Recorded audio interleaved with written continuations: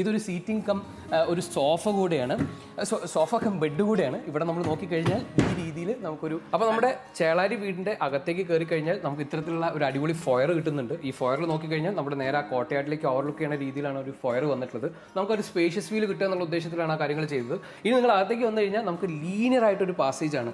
ഇതിൻ്റെ രണ്ട് സൈഡിലായിട്ടാണ് നമ്മുടെ പ്ലാനിങ് മുഴുവൻ ചെയ്തിട്ടുള്ളത്. അപ്പോൾ സിമ്പിളായിട്ട് നമ്മളെ പ്ലാനിങ്ങിൻ്റെ ഐഡിയ എന്ന് പറഞ്ഞാൽ ഇതൊരു ലീനിയർ ബ്ലോക്കാണ്. ഇതുപോലത്തെ ഒരു ലീനിയർ ബ്ലോക്ക് നമ്മൾ അപ്പുറത്ത് കൂടെ വെച്ചിട്ടുണ്ട്. ഇതിൻ്റെ ഇടയ്ക്ക് കിട്ടുന്ന സ്ഥലം എന്ന് പറയുന്നത് നമ്മുടെ കോട്ടയാട് എന്നുള്ള രീതിയിലൊക്കെയാണ് ഇവിടുത്തെ ഒരു എൻ്റയർ പ്ലാനിങ് ചെയ്തിട്ടുള്ളത്. അതുപോലെ ഇവിടെ നോക്കിക്കഴിഞ്ഞിട്ടുണ്ടെങ്കിൽ നമ്മൾ യൂസ് ചെയ്തിട്ടുള്ള മെറ്റീരിയൽ എന്ന് പറയുന്നത് ഫ്ലോർ ഫിനിഷിന് നമ്മൾ കോട്ട സ്റ്റോൺ യൂസ് ചെയ്തിട്ടുള്ളത്. അതുപോലെ നിങ്ങൾ സീലിംഗിലേക്ക് നോക്കിക്കഴിഞ്ഞിട്ടുണ്ടെങ്കിൽ നമ്മുടെ സീലിംഗ് ടൈലൊക്കെ വെച്ചിട്ടാണ് നമ്മൾ ഇവിടുത്തെ ഒരു ഡബിൾ പർലിംഗ് ഒക്കെ ആയിട്ടാണ് നമ്മൾക്ക് റൂഫിംഗ് ചെയ്തിട്ടുള്ളത്. അതുപോലെ തന്നെ ക്ലയൻറ്റിൻ്റെ ഏറ്റവും വലിയൊരു കൺസേൺ ആയിരുന്നു ഇത്തരത്തിലുള്ള ഒരു ഡിപ്പായിട്ടുള്ള ഒരു ലിവിംഗ് റൂം വേണം എന്നുള്ളത്. അപ്പോൾ ആ രീതിയിൽ ഒരു സി ഷേപ്ഡ് ആയിട്ടുള്ള ഒരു സീറ്റിംഗ് ഒക്കെ നമ്മളിവിടെ ചെയ്തിട്ടുള്ളത്. ഇതിൻ്റെ നേരെ ഓപ്പോസിറ്റ് ആയിട്ട് നിങ്ങൾക്ക് ഭംഗിയായിട്ട് TV ഒക്കെ വെച്ചേക്കുന്നത് കാണാം. അപ്പോൾ ഈ ഒരു എൻ്റയർ സീറ്റിങ്ങിന് ഒരു അഡ്വാൻറ്റേജ് കൂടെ ഉണ്ട്.